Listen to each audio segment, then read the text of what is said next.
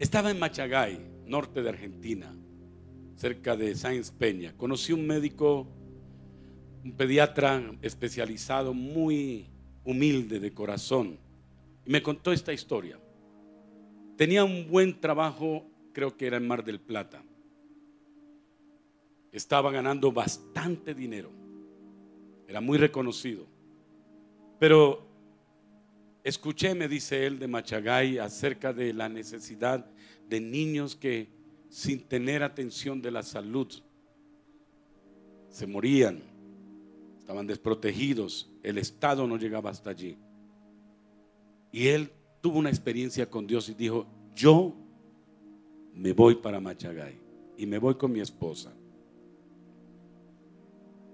Y se fue allí sin salario, sin contratación, a atender a todos los niños y a la gente que estaba enferma en Machagay.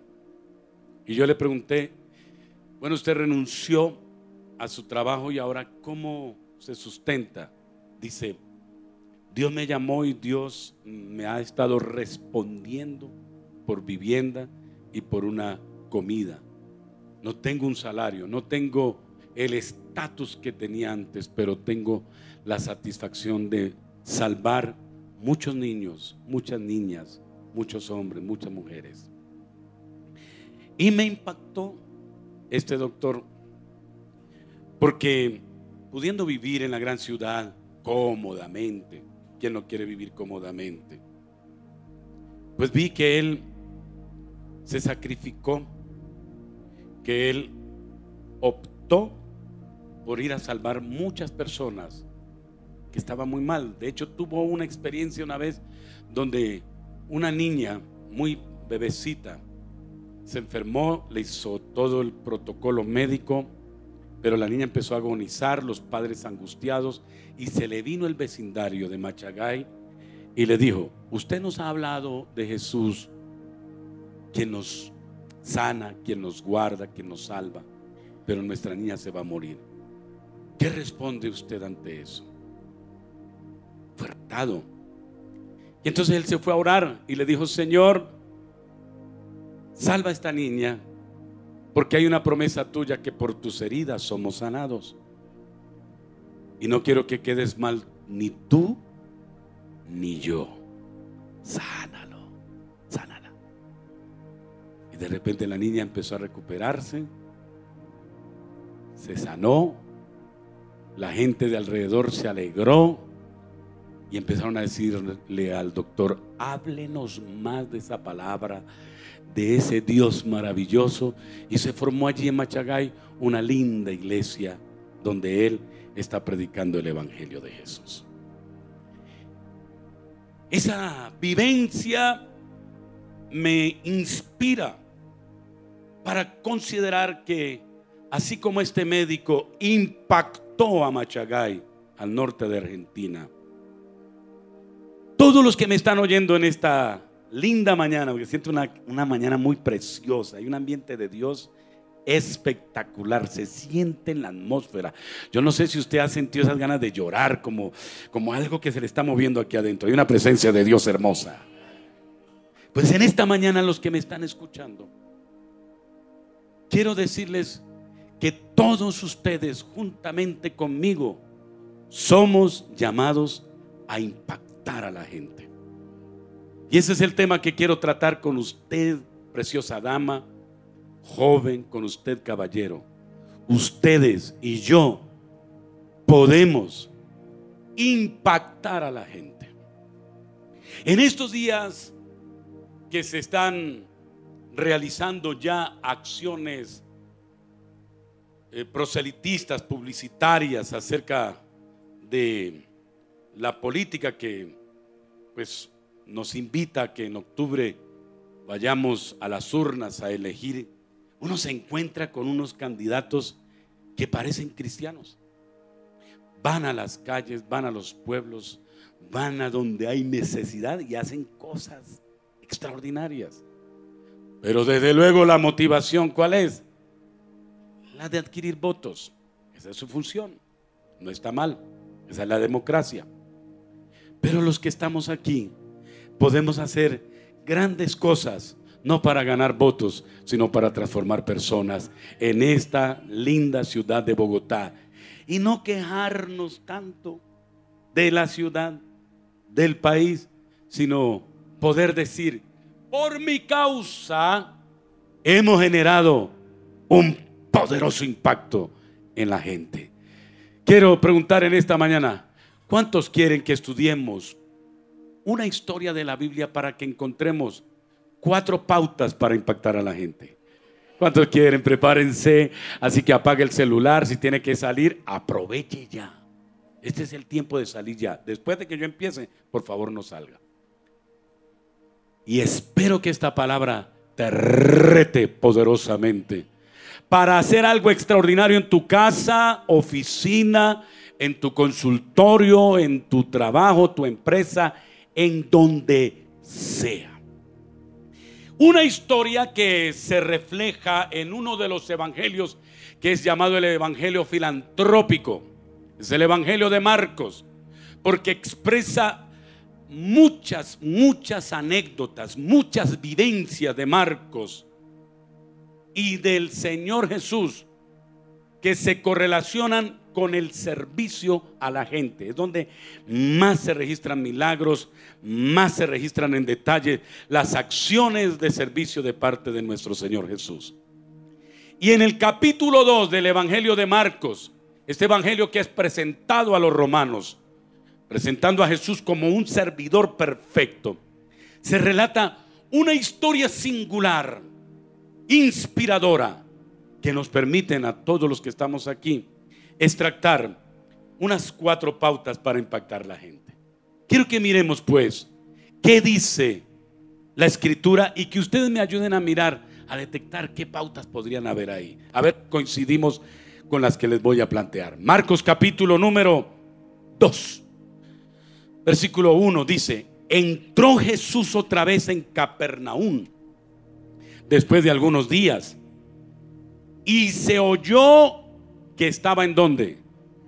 Yo quiero que ustedes capturen la atención a en este texto, porque la frase dice: y se oyó que estaba en casa, no estaba en un templo, porque los templos empezaron después del siglo III, después de la apertura religiosa de Constantino, el emperador romano, que declaró el cristianismo como religión oficial del imperio romano. Pero antes no habían templos. ¿En dónde se reunían? Casas, cárceles, ríos, a orillas de los ríos, no en los ríos porque se ahogan, a la orilla de los ríos, en lugares donde no había tanta majestuosidad. Me parece que el cristianismo ha caído de golpe en una templolatría, ¿verdad? Como que si no hay algo en el templo, no hay presencia de Dios. Dios está en todas partes, diga amén. Dios está en todo lugar. Entonces yo veo que el Señor estaba en una casa e inmediatamente se juntaron ¿cuántos? Ayúdenme porque todos vamos a trabajar en esta mañana. ¿Cuántos? Muchos. De manera que ya no cabían ni aún a la puerta. Imagínense eso, tremendo avivamiento. Y dice: y Jesús, ¿qué hacía en esa reunión de casa? Les predicaba la palabra. No era una reunión social nada más. Entonces vinieron a él unos trayendo a un paralítico que era cargado por ¿cuántas personas? 4. ¿A quiénes traían? A un paralítico.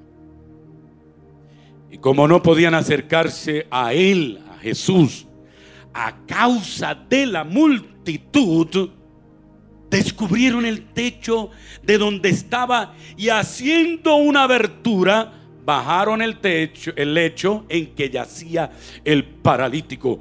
Al ver Jesús, la fe del paralítico, ¿no? ¿De quiénes? Somos claves para impactar. Al ver la fe de quiénes, de ellos, dijo, el paralítico dijo: a mí me trajeron aquí, yo no sé para qué. Pero dijo Jesús al paralítico, que le dijo: hijo, tus pecados te son perdonados. ¿Esa era la necesidad del paralítico? No. ¿Cuál era la necesidad? caminar. Digo, el paralítico dijo: me trajeron para que me dijeran: hijo, tus pecados te son perdonados. Entiéndase que el pecado es lo que trae muchos males a las personas, a las familias y a la sociedad en general. Pero los religiosos en ese momento se pusieron a analizar, versículo 8. Cavilaban en sus corazones: ¿por qué este habla así? Blasfemias dice. ¿Quién puede perdonar pecados sino quién? ¿Cuántos lo creen? ¿Cuántos creen que solo Dios puede perdonar pecados? Y conociendo luego Jesús en su espíritu que cavilaban de esta manera dentro de sí mismos, les dijo: ¿por qué piensan así en sus corazones? ¿Qué es más fácil decir al paralítico: tus pecados te son perdonados? O decirle: levántate, toma tu lecho y... ¿qué es más fácil? Dígame, ¿qué es más fácil? ¿Qué es más fácil decir? Tus pecados te son perdonados. Decir eso es fácil. El Señor lo perdona. Pero decir: toma el lecho y póngase a caminar, es un acto de fe. Y entonces Jesús le dijo a los religiosos: pues para que sepan que el Hijo del Hombre tiene potestad en la tierra, no solamente para perdonar pecados, sino para sanar, dijo al paralítico: toma tu lecho y vete enseguida. Entonces se levantó enseguida y tomando su lecho salió delante de todos, de manera que todos se asombraron y glorificaron a Dios. Y este es el fin de la historia. ¿Qué pasó con ese paralítico? Que fue sanado. ¿Y cuál fue la reacción de la gente? Que fue impactada. Todos se asombraron. Permítame rápidamente considerar de forma sencilla pautas para impactar. La número 1: debemos impactar a la gente. Escúcheme bien, todos los que están acá. Debemos impactar a la gente llevando la iglesia a nuestras casas. Ahí está. Es más, ni siquiera llevando la iglesia a nuestras casas, llevando al Señor de la iglesia a nuestras casas. Fíjense que aquí el texto dice que Jesús estaba en una casa. ¿Y qué estaba haciendo? Predicando la palabra. Señores, si queremos transformar a la gente del edificio, del conjunto, de la empresa, no lo vamos a lograr simplemente diciéndole: vaya y escuchen a un predicador el domingo a las 10:30. Van a resistir esa opción, pero nunca se van a resistir quizás a una invitación a su casa para escuchar una palabra, para recibir una oración, para hacer algo que les transforme su vida. Por eso creo que todos los que tenemos casas, apartamentos, oficinas, son sedes de la manifestación del poder de Dios para transformar a esta ciudadanía. ¿Alguien está aquí conmigo? Dígame, ¿alguien está aquí conmigo? Por eso hemos configurado los grupos pequeños saludables. Hemos configurado los grupos familiares para que allí su familiar o su amigo o su compañero vaya y reciba una palabra, así como ocurrió en este lugar. Dios bendiga a todos los que han abierto sus casas y a los que van a las casas a recibir esa palabra. Dios bendiga a todos los que han abierto sus apartamentos y están permitiendo que la palabra se predique en esos lugares, porque allí envía bendición el Dios Todopoderoso sobre esa casa y sobre los habitantes de esa casa. ¿Alguien dice amén en esta mañana? Por eso, si no puedes abrirla, por lo menos colabore con el que la abrió y lleve el mensaje de Dios. Segunda pauta para impactar a la gente. La segunda pauta es llevar a los necesitados a Jesús. En este caso, ¿quién era el necesitado? Dígamelo. El paralítico. Llevándolo en forma alegórica a nuestro contexto, ¿cuántos paralíticos en la sociedad hay? Paralíticos morales, paralíticos por adicciones, alcoholizados, paralíticos que son adictos al sexo, paralíticos por la brujería, paralíticos por el dinero. Hay gente que está paralizada hoy por los juegos de azar, buscando cómo solucionar sus problemas. Pero señores, déjenme dedicar un momentico aquí para todos. Un hecho que me parece que es supremamente importante en nuestra sociedad colombiana, y es la cantidad de paralíticos por causa de la adicción al trago, al alcohol, a bebidas alcohólicas. Son paralíticos. Y déjenme presentarle algunos detalles que nos deben desafiar para que podamos decirle a esos paralíticos: Jesús te puede quitar esas ataduras como nos las ha quitado a muchos de nosotros, porque hemos sido libres de esa opresión. Porque sí es feo estar atado al alcohol. Mire lo que dice el estudio de consumo de alcohol a través de la corporación Nuevos Rumbos. Escúcheme esto. Apoyado inclusive por una, no va a decir el nombre, ¿no? Pero apoyado por una empresa que vende licores en Colombia. Yo diría, cometió un error, porque ¿cómo esta empresa va a dar estos datos? Póngale cuidado. Dice que cada 3 jóvenes en edad escolar de colegios públicos y privados han probado trago. Y de aquí para allá sigue aumentando, y quiero que ojalá las anote. El 70% de los menores de edad han pedido a un adulto que les compre trago. La edad de inicio es alrededor de los 12 años, donde el 14% de los encuestados iniciaron el consumo de alcohol antes de los 10 años. Hay mayor tendencia de jóvenes que de jovencitas. Medellín y Tunja son los número 1 en consumir alcohol. Luego le sigue Cali y Bucaramanga.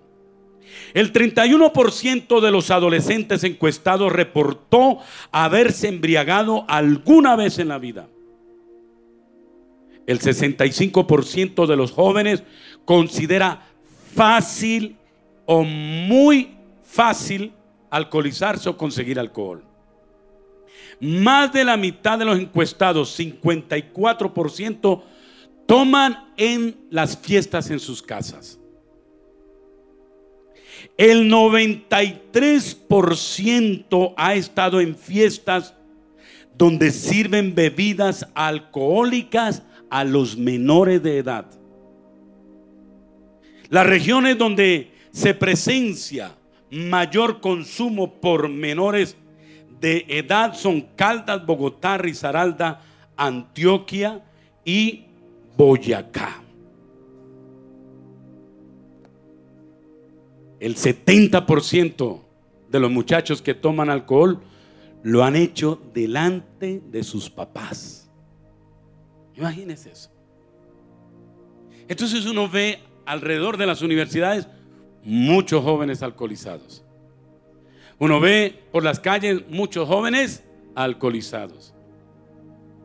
Y yo creo que aún en las iglesias uno puede ver muchos jóvenes alcoholizados. Son paralíticos, sin hablar de los adictos a las drogas, sin hablar de los adictos a la pornografía, sin hablar de los adictos al sexo extramatrimonial, sin hablar de muchos paralíticos. Ahora, el tema en esta mañana no es decir qué cantidad de muchachos alcoholizados, sino qué consejos más allá de la estricta prohibición de la palabra de Dios, porque la Escritura dice que los borrachos no heredarán el reino de los cielos. Así está escrito. Es una de las obras de la carne. Pero más allá de ese texto bíblico, ¿qué prácticas podemos tomar? Dice: generemos ambientes de confianza para aquellos que quieran hablar con nosotros como adultos y que tienen problemas de alcohol. Demos ejemplo. No le digas una cosa a sus hijos y que luego nos vean haciendo o promoviendo otra. Sea firme. No hay nada que negociar con nuestros hijos sobre el consumo de alcohol. Nada. No bebe y punto. No. También escúchalos y háblales en lenguaje sencillo y directo, siempre con amor. Hable con ellos acerca de lo que significa caer en el vacío del alcohol. Enséñales a decir no al consumo de alcohol. Hay que crear un común acuerdo, reglas familiares entre los integrantes de la familia sobre horarios, lugares y actividades. Determina las consecuencias de no cumplirlas y sean firmes con ellos. Porque los principales propiciadores del alcoholismo en nuestros hijos son los mismos papás. Siendo permisivos y sin colocar pautas, la autoridad paterna Dios la va a respaldar y Dios la va a bendecir. Mantén en sintonía con lo que es ser niño, niña y adolescente para estar más cerca de ellos. Hay que comprenderlos. Realiza actividades con ellos, sal con ellos, habla con ellos. Levántale la autoestima. Realiza actividades deportivas, sociales y demás con los niños, con los hijos, con los adolescentes. Y háblales de la palabra. Yo sentí en este día tocar este tema porque hoy me preocupa la cantidad de muchachos que beben cada vez más temprano y se alcoholizan y serán los futuros destructores de hogares, violentadores de las familias, violadores de los niños, porque la mayoría de los que violan lo hacen bajo los efectos de las drogas, del alcohol o por prácticas de hechicería. Y por eso la iglesia no puede arriesgarse a conectar con este tipo de prácticas, considerando que si lo hace, lo van a catalogar de religioso, fanático, legalista, malo, etc. Yo prefiero que mis hijos al principio se molesten conmigo, pero no que me censuren toda una eternidad en el infierno por no haberle puesto pautas y no haberlos orientados en el amor de Dios y no haber caminado con ellos. Hay que llevar el mensaje de Dios a estos niños, pero hay que ser amigos y hay que mostrar cómo liberarlos de esas parálisis que tienen muchos de ellos. Quizás algunos aquí están viviendo problemas con sus hijos, pero yo creo que si oran y se acercan a ellos y les dan ejemplo, hay esperanza para que algún día la promesa de la palabra venga a cumplirse en sus hijos. Porque escrito está: cree en el Señor Jesucristo y serás salvo tú y toda tu casa. Y eso incluye a tus hijos, a tus nietos, eso incluye a todos los de ese núcleo familiar. ¿No les parece que hay paralíticos en nuestra familia? ¿Qué hay que hacer? Llevarlos a Jesús de manera sabia, como estos 4 llevaron al paralítico ante el Señor. Ahora aquí veo una pauta adicional: la importancia, señores, de que manejemos grupos pequeños. 4 marcaron la diferencia. No marca la diferencia la multitud, marca la diferencia usted, que llevando la palabra a su empresa, a su negocio, a su oficina, allá en lugar de su trabajo, puede hacer algo extraordinario, puede salvar una vida, puede modificar el futuro de una persona. Porque todos Repito, todos los que estamos aquí podemos impactar al mundo. Estos 4 lo hicieron. Ellos no tenían teología, no eran expertos en predicar, no tenían mucha experiencia espiritual, pero ¿sabe lo que tenían? Tenían tremenda compasión por aquellos que están paralizados. Y yo quiero invitar a la iglesia en esta mañana para que en lugar de censurar a los alcohólicos, a los homosexuales, a los drogadictos, a los que hacen brujería, se despierte en nuestro corazón una compasión y empecemos a actuar en favor de toda esta gente que necesita ese mensaje de amor que transforma su vida, para que ellos también puedan glorificar en un futuro a Dios. Ahora, para ir terminando mi reflexión, yo veo que hay otra pauta para impactar a la gente, y es la creatividad. Porque entre otras cosas, estaba muy llena la casa. Dice que había mucha gente, multitudes. Y entonces los señores que llevaban al paralítico no podían ingresar. ¿Qué hicieron? ¿Por dónde se subieron? Por el techo. ¿Y qué hicieron? Yo me pregunto, ¿quién pagó esa cuenta? ¿Quién limpió todo eso? Algunos servidores que aman la causa. Dios bendiga a todos esos servidores que nos sirven domingo a domingo aquí en la iglesia. Los de ministerio de primeras impresiones, los anfitriones, todos los de multimedia, todos los que nos sirven. Lo hacemos no para que te distraigas, ni para que te sientas bonito, sino para que impactemos al mundo. Que cuando alguien venga aquí a la iglesia sienta que hay una diferencia, donde se enmarca la excelencia y el amor de Dios. Pero venga, a veces la iglesia es esa multitud que impide el acceso a la gente a Cristo Jesús. Ahí está escrito, dice la palabra, que había tanta gente en la casa que ellos no pudieron ingresar. Yo digo, la iglesia es la multitud que a veces con su religiosidad, su frialdad, su resentimiento, su falta de esfuerzo, su cuestionamiento, puede ser un impedimento para que muchos lleguen a los pies de Jesús. Suena paradójico, ¿no? Que a la iglesia, que donde más debieran llegar personas, pudiéramos ser la misma iglesia los que más desechamos gente que puede conocer a Dios. La indiferencia, la frialdad en las relaciones,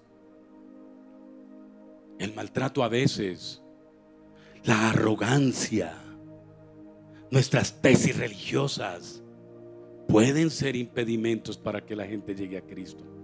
Pero yo veo aquí entonces a estos señores que dijeron, de este grupo pequeño, saludable, de estos 4, dijeron: aunque la gente sea un obstáculo, vamos a ser creativos y nos vamos a subir por el techo. Podemos hacer que el evangelio se presente de manera creativa, con juegos buenos, comidas, distracción. Veo a mi yerno que hace con los muchachos, con César y todos los demás, su juego de squash. Y antes de hacer squash, leen la palabra, oran. Otros comen y luego va la palabra. Hacen actividades diversas. Porque si hay algo que rechaza a la gente, es la religiosidad de los cristianos.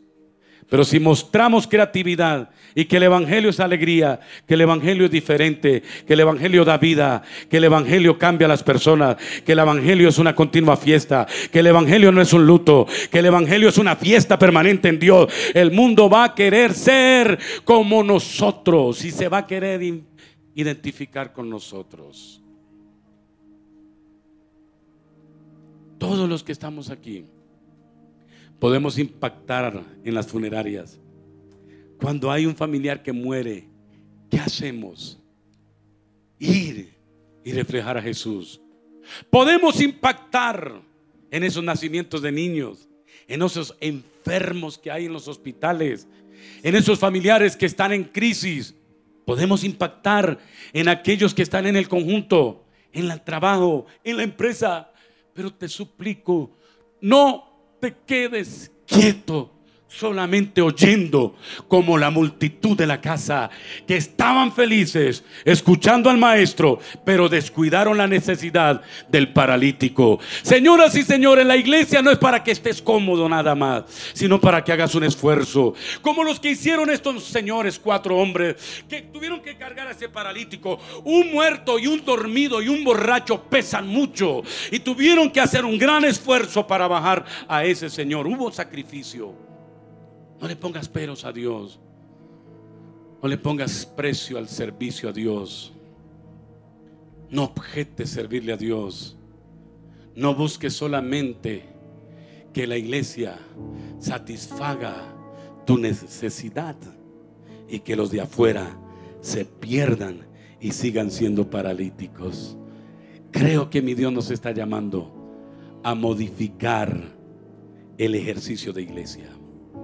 Creo que Dios te está llamando a que no le pongas trabas. Lo voy a hacer en el nombre de Jesús.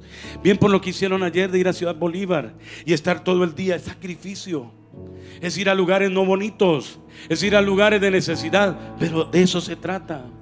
De ir y oler a aquellos que están enfermos en las clínicas. Eso no es agradable. De ir a una cárcel y mirar cómo viven hacinados los presos. Eso no es agradable. No es bueno ir donde hay un enfermo o ir a un velorio. Eso no es agradable. Pero allá Dios nos necesita a todos los que estamos en este lugar para que podamos impactar al mundo y dejemos de criticar al sistema, porque los sistemas no cambian al mundo. La política no lo cambia, un líder no lo cambia, una religión no lo cambia. Solo Jesús, el Hijo de Dios, como a este paralítico, puede liberar a nuestra sociedad. ¿Cuántos en esta mañana levantan sus manos diciendo: yo quiero impactar al mundo? Quiero impactarlo, quiero impactarlo. Ahí con esa mano en alto di: yo quiero impactar a mi familiar, a mi pariente. Quiero impactar en el nombre de Jesús a mi compañero de trabajo. Quiero impactar en el nombre de Jesús a aquella persona que está a mi lado ahí en el conjunto. Quiero impactarlo. Y digan conmigo: Señor, yo quiero ser usado por ti para impactar esta sociedad. Usa mi vida para llevar palabra de esperanza y liberar a muchos paralíticos que hay en el mundo. Señor, ten misericordia de esos jóvenes alcoholizados y libera a los alcoholizados de mi casa, de mi familia, en el nombre de Jesús. Señor, yo quiero impactar al mundo. Los que quieren impactar al mundo, a la